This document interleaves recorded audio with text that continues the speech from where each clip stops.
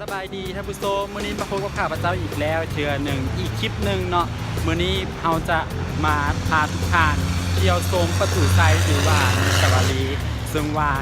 ภาพบรรยากาศจะเป็นอย่างไรนั้นไปรับชมกันเลย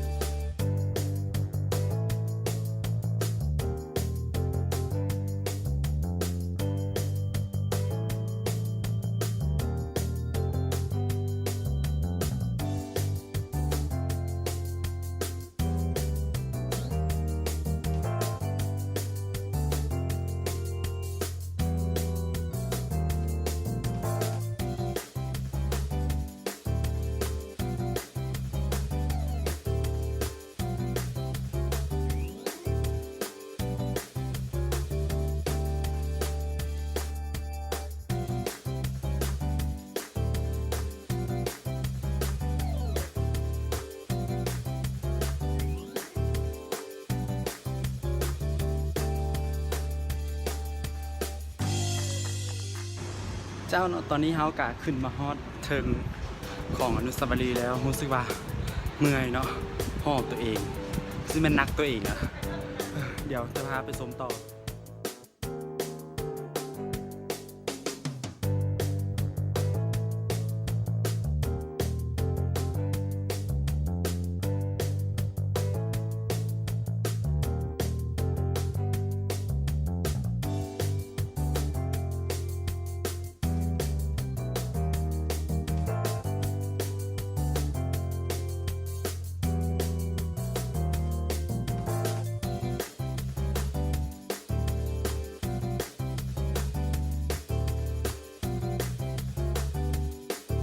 เจ้าเนาะตอนนี้เฮาก็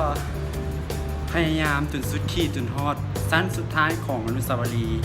ซึ่งว่าวิวงามหลายสมกับตัวเองที่เมื่อยแล้วอุ้มตัวเองขึ้นมาเทิงเนาะเดี๋ยวจะไปชมภาพสั้นเทิงสุดของอนุสาวรีย์กันเลย